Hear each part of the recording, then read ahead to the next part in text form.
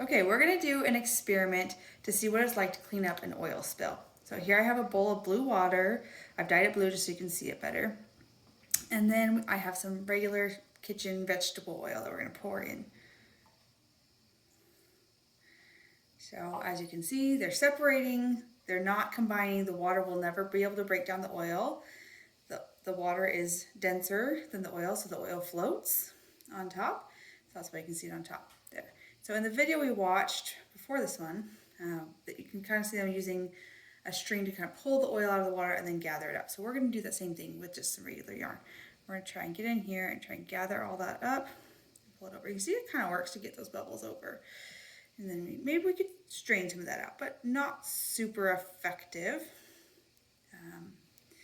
Not very quick anyways to get all that out, because then we have to have something to soak it all up and once it's gathered.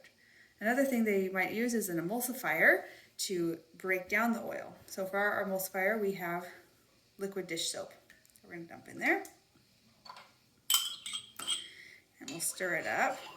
And this breaks down the oil and makes it so the water can dissolve it and it can break down to the water. Now this works a little faster, but it's still, now we've got soap in our water, so it's not exactly clean water.